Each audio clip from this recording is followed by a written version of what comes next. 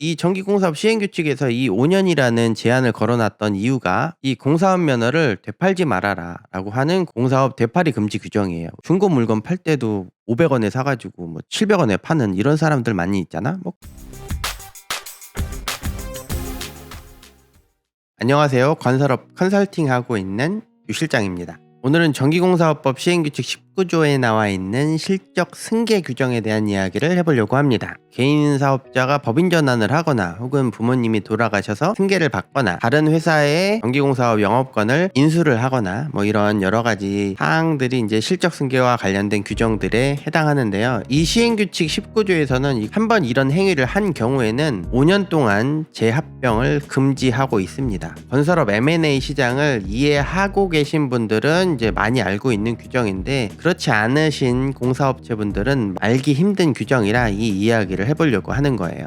전기공사업의 실적 승계 규정이 생긴 거는 1999년에 생겼습니다. 개인 사업자 하셨던 분들이나 내가 상속을 받거나 내 회사가 다른 회사에 팔려가더라도 실적이 그대로 인정되었기 때문에 사고팔고를 하셨을 거라고 생각을 해요. 이 규정이 생기고 나서 9년 이후에 개인 사업자가 법인 전환하거나 분할 합병을 한 업체들 같은 경우는 3년 이내에 재합병을 할 수가 없다라는 규정이 생기게 돼요. 그리고 2016년에는 이게 5년으로 늘어납니다. 없었던 규정이 새로 생긴다는 거는 그 이전에 여러 가지 문제점이 있었기 때문에 이런 규정이 생겼다고 보는 게 맞겠죠? 그래서 오늘은 모든 사례들을 다 이야기할 수는 없고 대표적인 두 가지 사례를 이야기하면서 이 규정이 왜 생겨나게 됐고 또 이거를 어떻게 이해해야 하는가, 그런 이야기를 해보도록 하겠습니다.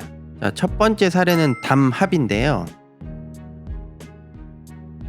어떤 지방 소도시에 김 사장, 박 사장, 유 사장, 홍 사장, 최 사장 5개의 업체가 있었다고 합시다. 이 지역에서는 땡땡 전력에서 발주하는 공사들을 가지고 이제 먹고 사는 업체였겠죠. 이 땡땡 전력에서 큰 공사를 이제 발주를 한 거예요. 어떤 업체는 땡땡 전력에서 공사를 수주받아서 했던 업체도 있고, 어떤 업체는 실적이 큰 업체도 있고, 이제 뭐 다양하게 존재하겠죠. 이번에 발주한 공사의 적격 심사의 모든 조건을 갖출 수 있는 업체가 없는 거야. 김 사장, 박 사장, 유 사장, 홍 사장 4개 업체는 담합이라는 걸 하게 됩니다. 세 사람은 유 사장에게 자기 회사를 넘겨요. 분할합병 방식으로 회사를 하나로 모아 모든 조건을 갖출 수 있게 유 사장은 이 공사에 낙찰을 하게 됩니다. 이를 본 최 사장 전기 입장에서는 니들 잘 되나 보자 이렇게 생각했을 수도 있겠죠. 그런데 유 사장 전기가 홍 사장한테 면허를 다시 넘긴 거예요. 기존에 있던 실적하고 진행 중인 공사까지 모두 다 넘길 수가 있었습니다. 분할합병 방식을 이제 이용을 한 거죠. 그리고 나서 홍 사장은 또 한참 있다가 김 사장한테 넘기고,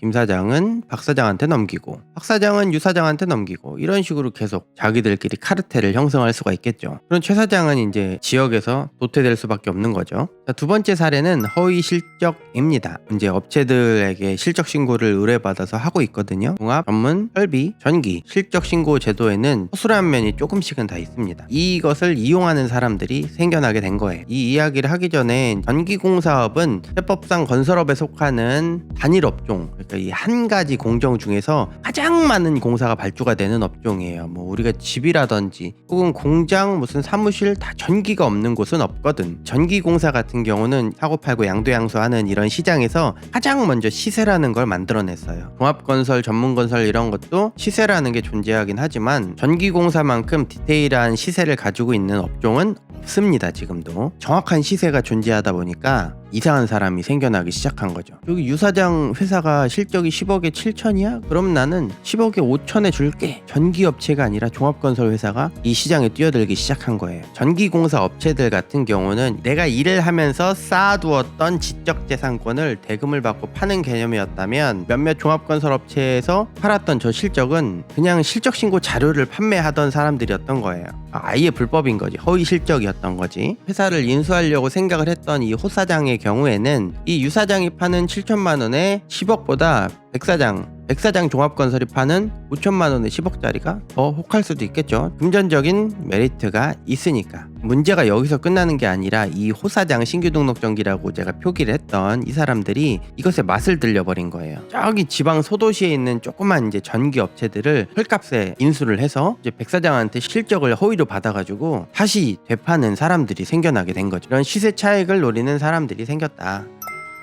담합을 하게 되는 경우는 법적으로 제약할 수 있는 방법이 없었단 말이에요. 이런 구조를 만들 때 이 유사장 정기가 홍사장 정기한테 다시 회사를 못 넘기도록 제약을 걸어놓은 거예요. 5년 동안. 두 번째 사례에서는 이 허위 실적 신고 자료 판매하는 거를 법적으로는 허위 실적 신고 관련해서 처벌을 받을 수가 있는 거고, 호 사장이 회사를 인수해가지고 저 호구 사장한테 다시 되팔 때 이 과정을 못하게 막아버린 거예요. 이 정기공사업 시행규칙에서 이 5년이라는 제한을 걸어놨던 이유가 이 공사업 면허를 되팔지 말아라 라고 하는 공사업 되팔이 금지 규정이에요. 중고 물건 팔 때도 500원에 사가지고 뭐 700원에 파는 이런 사람들 많이 있잖아. 뭐 그런 거를 막기 위한 규정이다. 뭐 이렇게 생각을 하시면 됩니다. 이제 오해를 할 수 있는 게 유 사장이라는 사람이 19년에도 인수합병을 해서 회사를 샀어. 20년에도 샀어. 21년에도 샀어. 뭐 이런 경우나 박 사장 같은 경우는 19년에도 회사를 팔았어. 20년에도 팔고 21년에도 팔았다. 이런 경우는 아무런 제약이 없습니다. 이 경우를 막자는 게 아니라 이 호사장 신규 등록 정기라고 하는 소도시한테 회사를 인수받아가지고 그거를 다시 호구사장한테 파는 이 과정에 있어서 호사장이 소도시한테 승계를 받았으면 호구사장에게 되파는 데까지 5년이라는 시간이 있어야만 한다라는 규정이라고 생각을 하시면 되는 거예요. 저는 단순하게 이제 두 가지만 이야기를 했지만 많은 사람들이 조금 현타가 오는 이런 경우가 많이 생겼기 때문에 이것을 제한하기 위해서 2008년, 16년에 각각 합병과 관련된 이제 제한을 걸어놨다고 보시면 되는 겁니다. 실적이 얼마나 많은가, 아니면 이 공사를 해봤는가, 혹은 그 지역에 있었는가, 지역 가점 뭐 경쟁을 하는 구도이기 때문에 대부분 이제 한전 공사라든지 아니면 발전소 입찰하시는 분들이 대부분 이 조항 때문에 엄청나게 민감하고 매년 경쟁에서 살아남기 위해 많은 고민을 하고 있다고 보면 됩니다. 정기공사업법 시행규칙 5년간 제합병을 왜 금지했는지에 대한 이야기를 해봤고요. 규정을 피해가기 위해서 또 진짜 막 다양한 방법으로 법의 테두리 안에서 합병이라든지 분할 합병을 이제 시도하고 있습니다. 너무 다양한 사례들이 있기 때문에 이 영상에서 담기는 조금 어려울 것 같고, 오늘은 여기까지고요. 시청해주셔서 감사합니다.